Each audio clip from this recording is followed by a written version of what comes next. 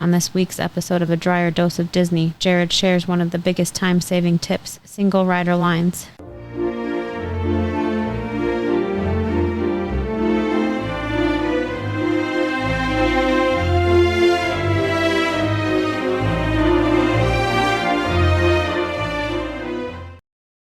Welcome to another episode of A Dryer Dose of Disney. I'm your host, Jared Dryer, and this has actually been a really fun week of writing episodes for this podcast and trying to decide what we're going to talk about next. In fact, today's episode is going to focus specifically on single rider lines at the amusement parks. And when thinking about that topic, we actually were debating, are we better to talk about things like Genie Plus at Disney World first, or the Express Pass at Universal, or do we go right into single rider lines? And we ultimately decided we're going to do single rider lines first.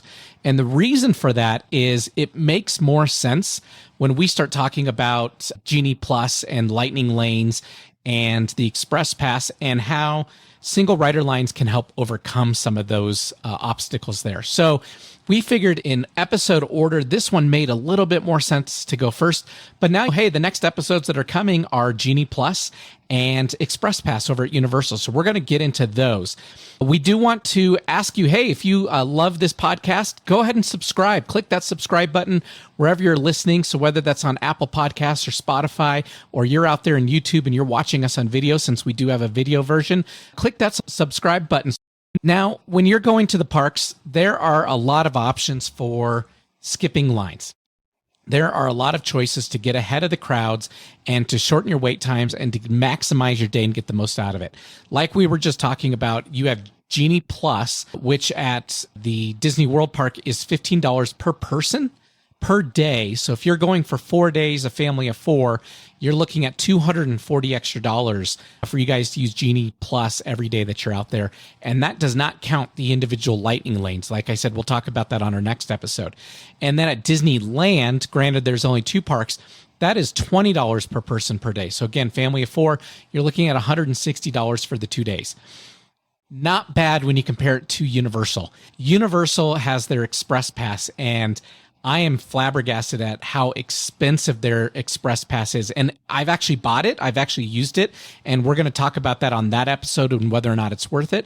But the Express Pass starts at $79 per person for the day. Now, granted, it's very different than the Genie Plus, since you don't have to do your reservations. You can just go to whatever ride you'd like. And then it goes all the way up to $109 per person per day for the Express Pass Unlimited, where you can do that as much as you want on rides over and over again. And when you think about that, a family of four, you're packing on another anywhere from $320 to over $440 just to get these Express Passes for your family. So it is a huge cost savings if you learn how to use single rider lines. And again, we'll talk about that, how it compares in the episodes with Genie Plus and in the episode with Express Pass. But we wanted to get this information out there first about these single rider lines. If you've got money and you don't mind spending the money, go ahead and do the Express Pass or the Genie Plus. Those are great options for you. But if you're trying to pinch every penny, you're going to want to do single rider lines. So let's talk about what are single rider lines and why do the parks use them? Okay, so right out of the gates, single rider lines are queues for filling in the gaps in the rides. So for example, if you've ridden Radiator Springs Racers over at California Adventure in Anaheim, you know that those cars are 2 rows. They seat 3 people per row, so 6 people per ride. With those 6 people that are on the cars, you may have a family of 4 and you have 2 open spots. What they've done is they've said, hey, we want this single rider queue, just individual people that are willing to fill up those last 2 spots. Or if it's just a single spot, they'll take that last single spot. And that way we know every time this ride runs, it is completely full. And that way we're maximizing our capacity. We're maximizing the number of people that can go through each hour on that ride.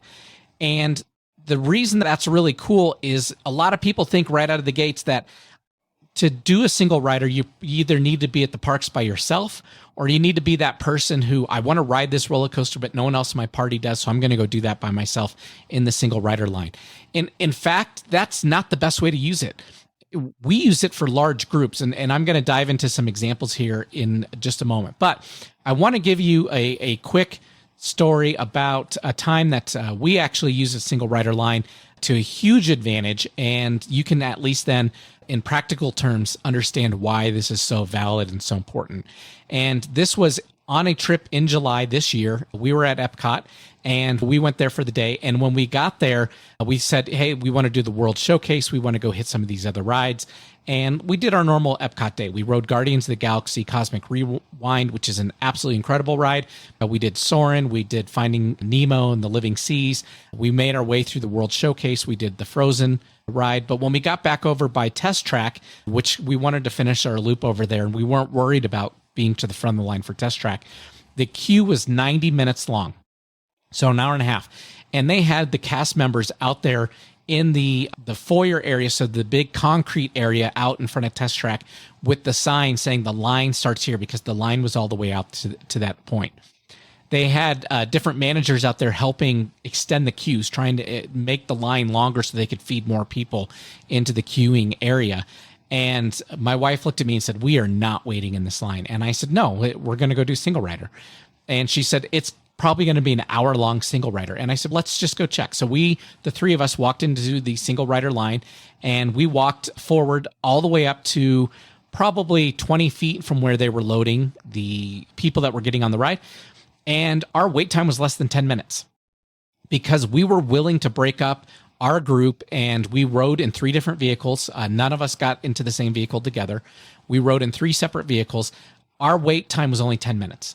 And you can imagine, obviously, standing out in the heat, because there were quite a few people outside in that queue, waiting 90 minutes. It's not worth it. It's not worth waiting 90 minutes when you can do it in 10 minutes. So, like I said, a lot of people have always thought these queues are for people that are by themselves or want to ride the ride and no one else in their group does. No, we say take a whole group, put the whole group through it. Now, I would only do single rider if my kids were 10 years old and older. Disney actually has a hard rule that says if they are 7 years or younger, they can't do single rider. And obviously they have to put that rule out there, and they say all over the place groups will be split up. And it's because people have probably tried to manipulate the system, and they bring their 3-year-old through a line for a ride that has a single rider. And they say, well, I'm not letting my 3-year-old ride with someone else, so they are going to ride with me.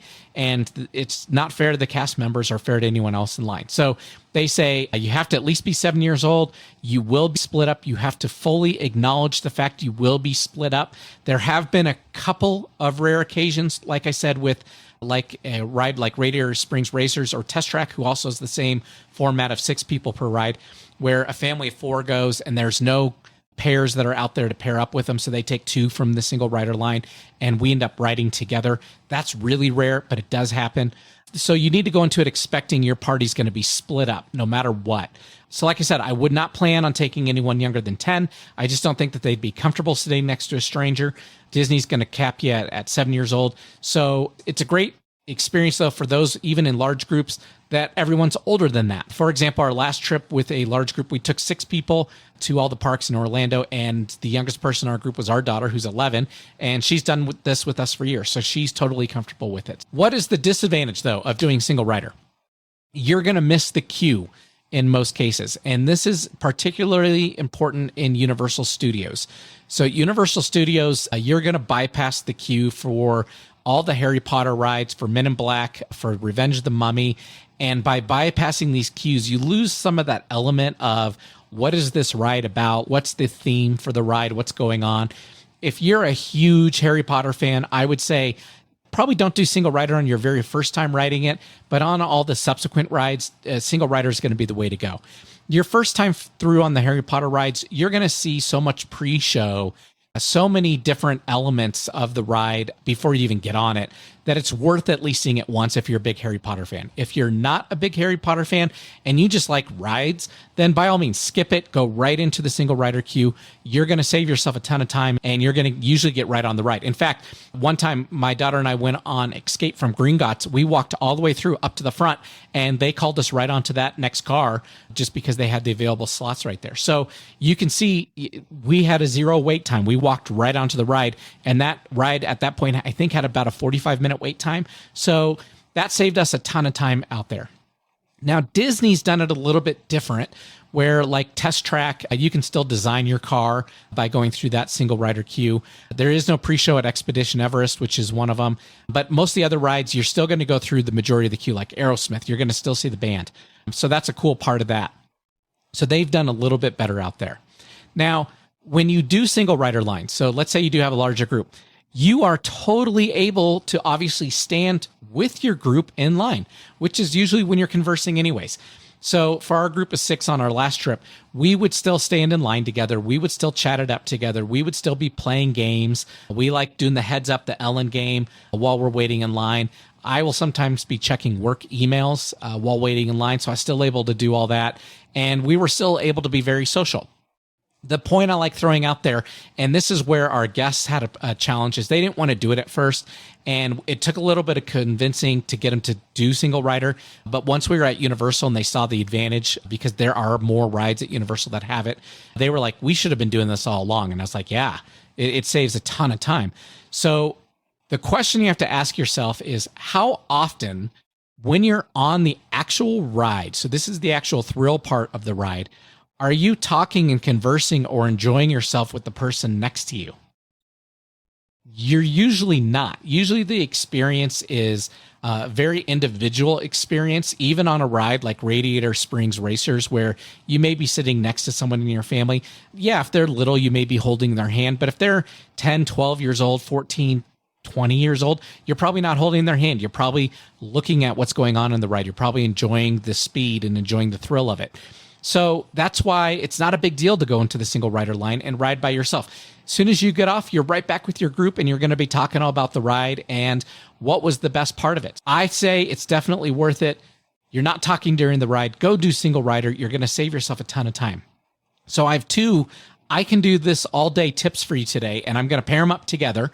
And the first one is, anytime you're in a large group, have an adult go first, have an adult go at the end. So that way you sandwich your whole party together. All the kids, if you have 10, 12-year-olds in your group, they're in the middle. So that way an adult gets on first, and then obviously they're going to be the first off, and then they can wait at the exit for the rest of the party to come off. And they're a good central point of, hey, let's stand here and wait for everyone else. The one thing you don't want to have happen is you have your 10-year-old go first. They get off the ride. They decide they need to go to the bathroom, or they're going to go down to the gift store, and everyone else is waiting for each other. And then you all get off and you realize someone's missing because the 10-year-old went ahead of the rest of the group. So always have that parent go first. So that way they're there to catch everyone else as they're getting off the ride. If you're in a situation where you are a single parent and you've got multiple kids, again, have the parent go first. And then the rest of the kids will get through the line as soon as they can. But then that way the parent's there to catch them as they come off. The cast members are there. They're queuing everybody up. Your kids aren't going to be that far behind you by doing that. But again, the best practice is if you have 2 adults, put one at the front, one at the end. Now you know when everyone's gone through. Obviously, you have full count of your group then. The second I can do this all day tip is single rider. This is the strangest thing, and we tested it a dozen times. It works better on rides that have more than 2 seats per row. So some of the rides, and we'll go through them all here in just a moment, some of them are a 2-seater ride. On some of those, I would go check out the single rider queue. I'd go see how long and how backed up it is. If it's not backed up, then by all means, yes, do single rider. If it looks backed up or it looks lengthy at all, don't do the single rider queue. And the reason is, oddly enough, especially for 2-person rides, so that's usually your roller coaster, so like Rock and Roller Coaster, Expedition Everest, the Rip Rocket ride at Universal, they're all 2-seaters. And a lot of people, when they think roller coasters, know that it's a 2-seater, and groups will typically funnel down into groups of 2. So you may have a group, let's say an odd number of 5 people that are going to go ride a roller coaster. Usually there's one person who doesn't like it. So you're now going to have 2 groups of 2, the 4 remaining people riding together, and there's no odd person or odd number left.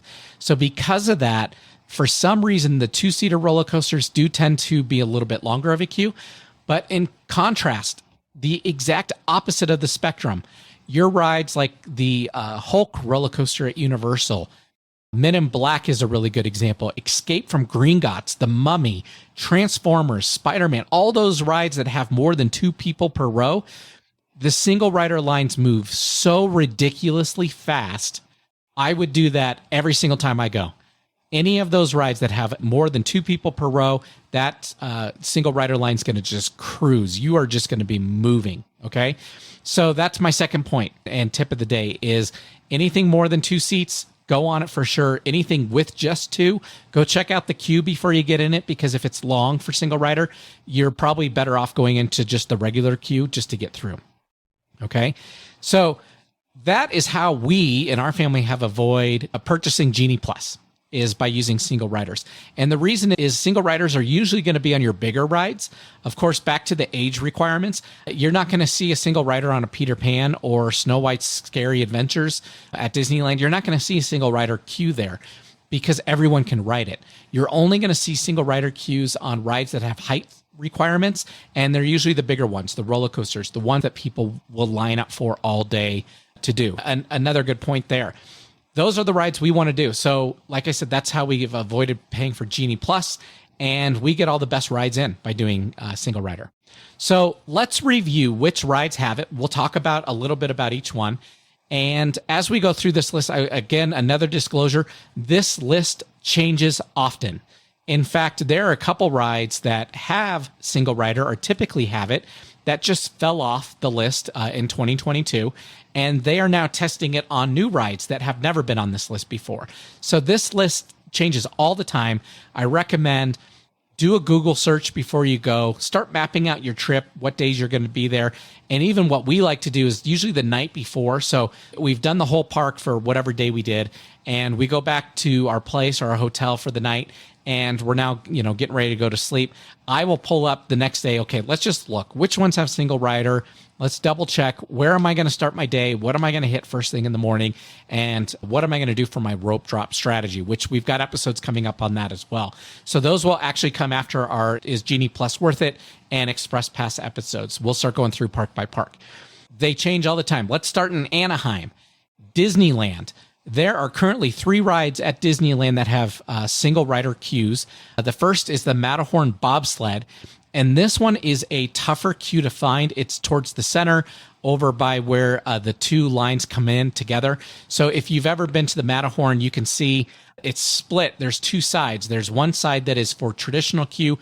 The other side is for the Fast Pass, or now the Genie Plus Lightning Lane queue. And right there between them is where single rider is. So don't go to the main queue line and follow the line all the way down to the end. Go right up towards the hut. You're going to see where single rider is. And usually there's very little or no line for single rider there. Now, on this one, there are 3 per car, and you get 2 cars per ride. So there's 6 total seats. And with those 6 total seats, you've got plenty of room for single rider, and that one's going to move very quickly. So definitely recommend it on the Matterhorn bobsled. It's also great for us because my wife doesn't like that ride very much. It's too jerky. So my daughter and I will run in to do single rider. We're usually on and off within about 10 or 15 minutes. And we're back out front with her, and she'll just go grab a Mickey pretzel while she waits. The second one is Millennium Falcon Smuggler's Run. So back in the Black Spire Outpost out in the Star Wars land, you've got 2 rides. You've got Rise of the Resistance, which is probably one of the best rides I've ever ridden in my life. That one does not have it, but Smuggler's Run, you definitely can. There are 6 people per that ride, so this one also moves very quickly. In fact, when we did this at Hollywood Studios out in Orlando, last time we were there, the queuing walks right up through the stairs, right up to the top where you're going to board. Your group for sure will be split up. You are probably going to end up as an engineer in that instance. Now, at the end of the day, I can tell you, I've done them all, from pilots where you can go up and down or left and right, to gunner, to engineer. And honestly, the pilots don't have as much control as they think they do. The gunners, more often than not, put it on auto gun and they're just hitting a button. Engineer is just as interactive as all those others. It'll start lighting up and you need to hit buttons. And that's actually one of the best places to get points on that. So Millennium Falcon Smuggler's Run, you're going to get on usually within just a couple minutes, and it's not a bad thing to be in the engineer role. And then Splash Mountain, which is an odd one. Again, you're going to want to walk over the bridge all the way down the hill over towards Pooh's Corner, and you're going to see where that single rider queue is. Again, not everybody wants to get wet, so if you have somebody in your party that says that they don't mind getting wet and they want to ride it, tell them, go ride single rider. They're going to get on and off usually in about 10 minutes anyways, and they're going to come off soaked, and you didn't have to get wet, and you didn't have to wait an hour for them. So those are the 3 rides at Disneyland. Hop on over to California Adventures. Actually has more single rider lines than Disneyland does. And actually, the better rides have it. And so this is a huge strategy at California Adventure. So first, right out of the gates is Web Slingers, the new Spider-Man ride. This is a really cool ride, and I believe even today still is using virtual queue. You always want to check the virtual queue. Again, we'll talk about that in the Genie Plus episode as well. But check your virtual queue to see if Web Slingers is going. That's going to be the quickest and easiest way to get on. But they do have single rider lines, and when you get into these carts, I believe they can hold 4 people across is the number. So again, more than 2, you're going to get through that line pretty quick. So Web Slingers. Our favorite, Radiator Springs Racers. I have no clue why people have not figured out this queuing at Radiator Springs Racers. And the reason is, you're in the normal queue, you see the single rider line next to you. You see how fast that queue moves. It moves 100 times faster than the normal queue ride line is. It's right there. They all see it, and people still have not figured out this trick. The Radiator Springs Racers single ride queue is probably one of the fastest queues in the entire park. And Radiator Springs is going to normally have one of the longest lines in the entire park. As a matter of fact, that is a typical rope drop strategies to run to Radiator Springs Racers. I say don't do it. And we will talk about that on the California Adventure episode. Don't do it. You have single rider. You're going to get to the front of the line like in 10 minutes. So there are other rides you can go rope drop and get to the front of the queues right away other than going for that one. Now, it's a cool ride. So some people say, well, I may want to do it multiple times. You can do it multiple times. You can go single rider, ride it, come off, go do single rider again. There's nothing preventing you from doing this. They're not sitting there counting you. They're not saying, hey, you can't do that. So you can ride that ride multiple times, and that's a great way to get to the front of the line really quick. Next is Grizzly River Run. Now, this one, again, like Splash Mountain, is one you're going to get wet on. This is a ride, honestly, I have only ridden once, and it's because I got soaked. It is one of those round tube rafts that goes through the rapids and water's coming over the side the whole time. You will go underneath waterfalls. You're going to get soaked. So this is one that is going to drench you, and some people don't want to get that wet. I don't love getting that wet, so I've only ridden it once with full poncho and flip-flops on, which is a good reason to bring those in your backpack, which we talked about on our 10 things you should always bring with you. But that one's got it. Next is the Incredicoaster. You can't miss it. Single rider line is right next to the general queue. This one's going to walk you right on up. You're going to go through the elevators instead of going over the stairs, and then you're going to be lined up in the center console area where they're boarding the cars. Now, with Incredicoaster, they can board 2 cars at the same time. So knowing that, this one can also move incredibly fast. Now, this is a ride where it's only 2 per seat. But typically, the single rider line at this ride is very short. Again, people in California don't use single rider, I guess, as much as they do in Orlando. And this one, usually every time I go and we get in single rider, has 5 people, maybe 10 at the most.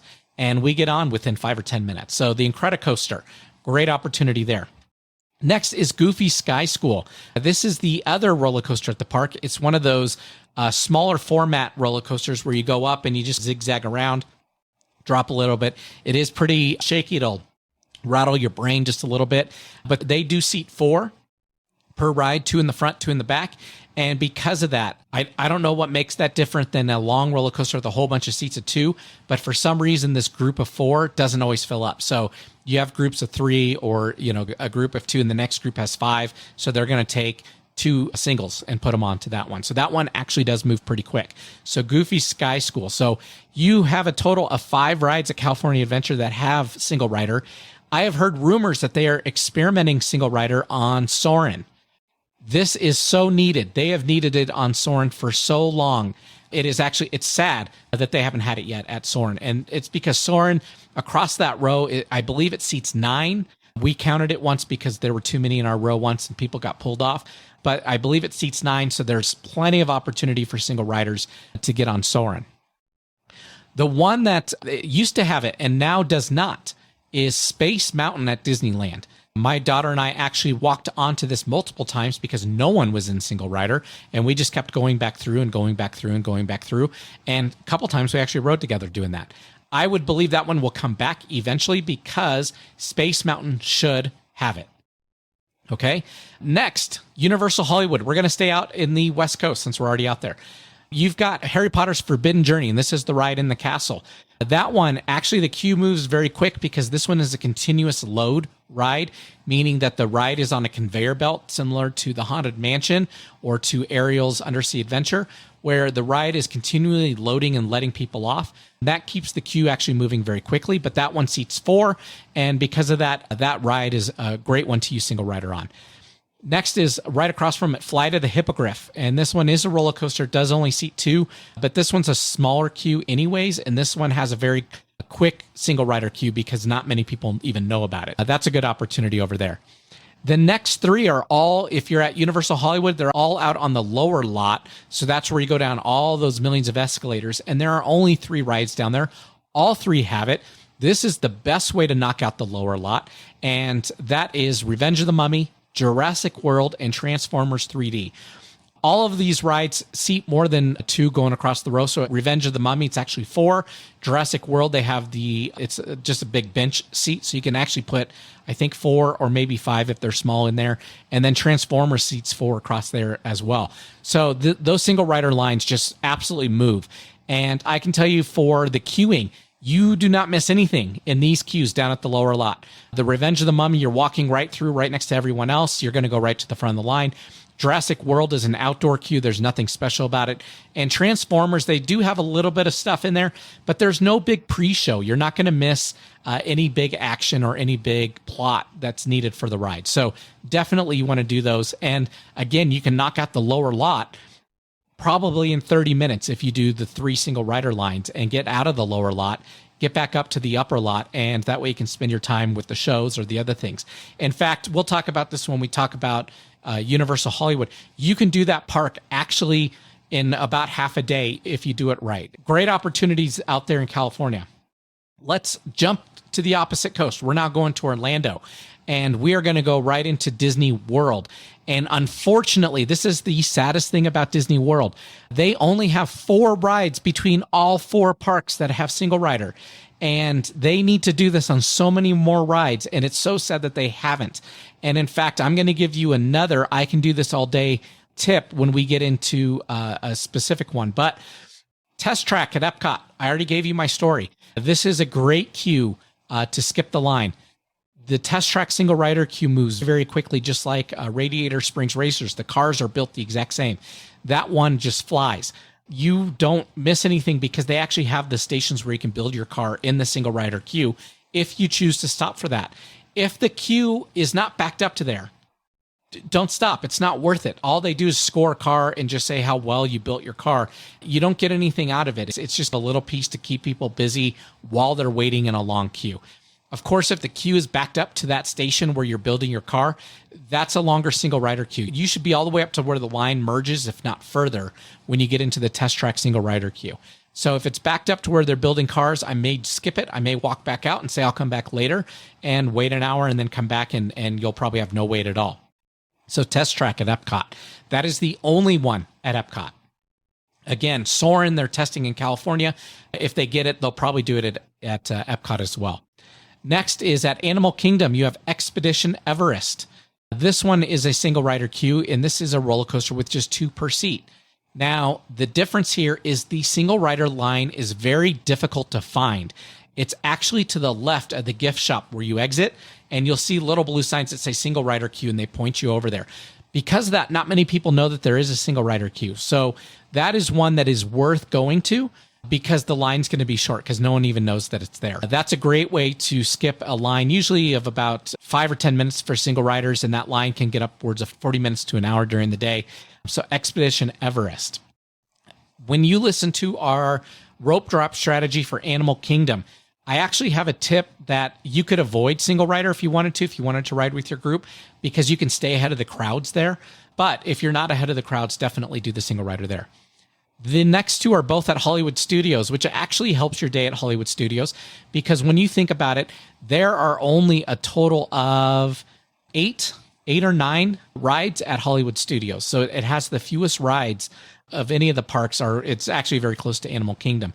But you've got Millennium Falcon Smuggler's Run, which we talked about at Disneyland, and the Rock and Roller Coaster. The Aerosmith Rock and Roller Coaster is the one that I will say I've waited in single rider the longest, and it was the same length as the queue. So when you go to look at single rider, the queuing entrance is right next to the regular entrance.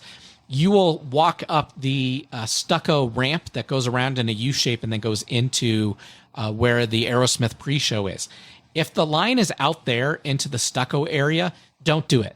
It's not worth it. If the line's out there, you're already at a 30-minute plus wait for single rider. And the reason is once you get into the actual building, you will wait for a little bit and then they'll put you through the pre-show. Again, you get to see the pre-show with Aerosmith, and then they put you into the other area where you're behind the chain link fence, and that area is usually backed up. So once you're in that area, your wait's about 20 minutes.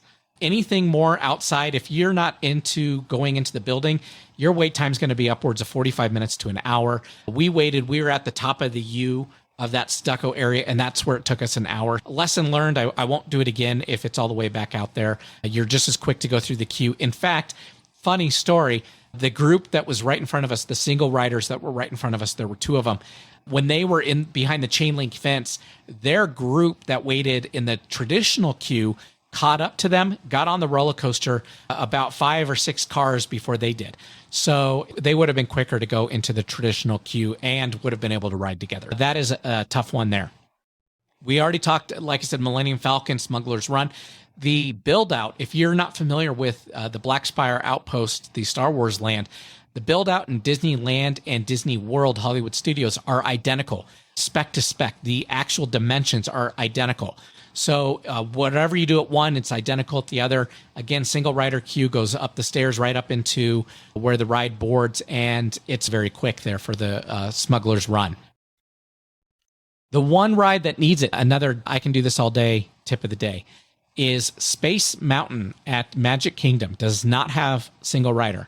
That is one that I believe eventually will. Like the Matterhorn bobsleds, it's 2 cars with 3 seats each, so 6 people, so it needs it. But here's my tip, and this actually worked for us this last time, which is why I'm bringing it up. When you're in the normal queue, so if you're just going to wait in the normal line, and you get all the way into the room where they're boarding the vehicles, you're going to go through towards the left, and you're going to go right next to where they're boarding the left side vehicles. If you look through the room still is going to zigzag probably another 8 times before you're going to get on the ride. When you go right into the room, and I'm talking immediately when you get into that room, there is a little push bar door that goes into where the ride is. When you're getting close to that area, you want to listen to the ride operator. The ride operator is going to be matching people up to their cars and getting it ready to go. And this happened to us the last time that we went. They start saying, we need a group of 3, we need a group of 2. The ride has extra space. Do we have any singles? Do we have any groups of 2? And the second she did it, I started waving my arm and said, hey, we're a group of 2. It was just my daughter and I, because we're right next to that push door. So she was able to come over, pop open the door, and we were able to walk onto the ride right then and bypass 8 more switchbacks and probably 30 minutes of wait time. So be alert when you're in that Space Mountain queue, right when you get into that room, and look at that ride operator. In fact, I will tell you now going forward, I'm bold enough. When I get in there, I will get their attention and say, hey, if you need any single riders, we're happy to do it, and stand there to the side and wait, because she'll pull us out and they'll get us onto the rides when they need them. They're always looking for people to fill up the extra spaces in the cars, and a lot of times they can't find singles. So by all means, let them know right when you get into there that you're willing to do it, and they will pull you out of line. So that's another tip of the day for you. Let's hop over to Universal. So they've got 2 parks.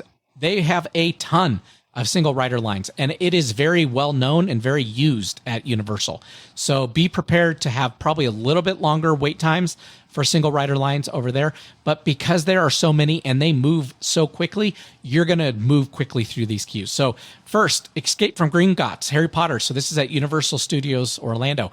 This is the one my daughter and I walked right on. We didn't even have to wait. We just walked on. We went right up the stairs and they put us on the next car. So Escape from Gringotts, that's a great one. Hollywood Rip Ride Rocket, that's a tough one to say. That ride will shake your brain up real good. It's pretty jerky. It's a 2-seater roller coaster. So again, if the line and the queue's backed up, probably not a great one to wait for, but that's a ride that you can do it on. Men in Black, Alien Attack. This one has 3 people per row, and there's 2 rows, so 6 people per car when you go. There are always room for single rider. So this one moves very quickly and very few people wait in line there. There are some pre-show elements you're going to miss, but it's just Will Smith talking about aliens and flashing lights at you. So you're not going to miss a whole lot. Revenge of the Mummy, exactly the same as Universal Hollywood. It's 4 across, so you're going to move very quickly. The queuing goes right in line with the other queuing, so you don't miss anything over there.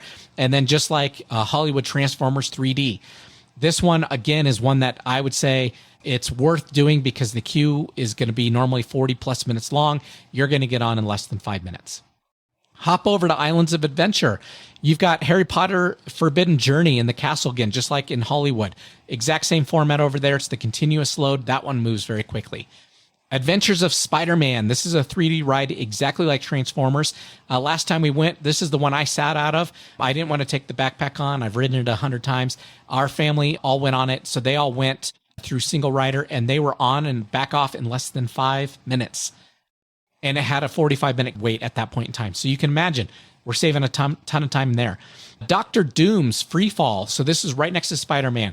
This one typically doesn't have a very long queue. So you may not need it. If you've got a big group that wants to all ride together, then don't do the single rider piece. Just go into the normal queue because it's normally only 10 minutes anyways. But they do have it. So if a couple people want to go, you're going to get on the next car because there are so many seats that go around this tower. You're going to get on right away.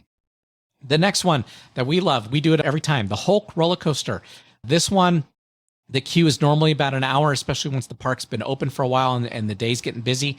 You can get into single rider, and as long as you can see that it's going inside the door, so you can actually see the queue from outside, and you're going to see a section that goes upstairs and goes inside. If the queue is not backed outside of that door, your wait time's less than 10 minutes. If it is backed outside of that door, we wait usually about 15 minutes from that point, maybe 20 if it's onto the stairs, but totally worth it. So you're going to be a lot quicker in the single rider line on the Hulk roller coaster. And then the newest one, the Velocicoaster. This one is always full. There have been numerous times we've seen the single rider queue full all the way back to the edge of the queue. We have tested that. We know that wait time is somewhere between 30 to 40 minutes to get on if it's backed all the way out. So if your wait time is going to be longer than an hour, it's probably worth it, but they will shut that one down because that one gets very full. The last time we went, again, a hilarious example. We walked up, my daughter and I wanted to ride it, my wife didn't, and the queue was at an hour, and so we walked up to ask about single rider because it looked like it was closed, the rope was closed, and the ride operator there said, yeah, it's been closed for a little bit, and we said, can you check to see if they're willing to open it? And so he picked up the little phone, he called into the ride, and all of a sudden he said, yeah, they're willing to open it because there's no one in line up there. And we walked right in through single rider. We walked up, we got on the very next cars. And in fact, we were right in front of one another and we were on the exact same vehicle. So really cool experience. We didn't have to wait in line. In fact, we didn't wait at all. We just walked on and it shaved a ton of time off of our day. You can imagine if you look at especially Universal and Orlando between the two parks, when we talk about a rope drop strategy, we're going to talk about the fact that we like to do both parks in the same day. You can totally do it. You have to move. You have to go very quickly, but you can totally get both parks done in the same day. The only way to do it is with single rider. When you're talking that your longest queues out there, you're only waiting 5 or 10 minutes in most cases, 15 if it's backed up. Velocicoaster, 30 minutes if that queue's all the way full. But you're able to do that on every single ride. You can knock out every single ride before early afternoon and have a great day at the park and get everything done that you want to do. So again, tune into that episode when we talk about Universal Studios Orlando, because we are going to cover both parks in a single episode for rope drop and the touring plans there. And we're going to tell you how we do it. But the one ride that has had it in the past, but is not listed on the list today, is Haggard's Motorbike Adventure. So that is one that I'll say, Google it before you go. That one could have single rider available to you. That one's a tough one. Again, continuous load, 2 people per car. It took us a long time in that single rider line because it just doesn't move very quickly. So Haggard's Motorbike Adventure. But you can get all the good rides done through single rider and rope drop that one if you wanted to as well. So single riders, definitely worth doing, definitely worth researching. It's okay, break up your group. You're not going to talk on the ride anyways.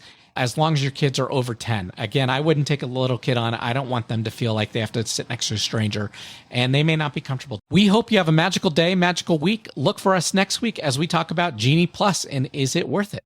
Bye-bye.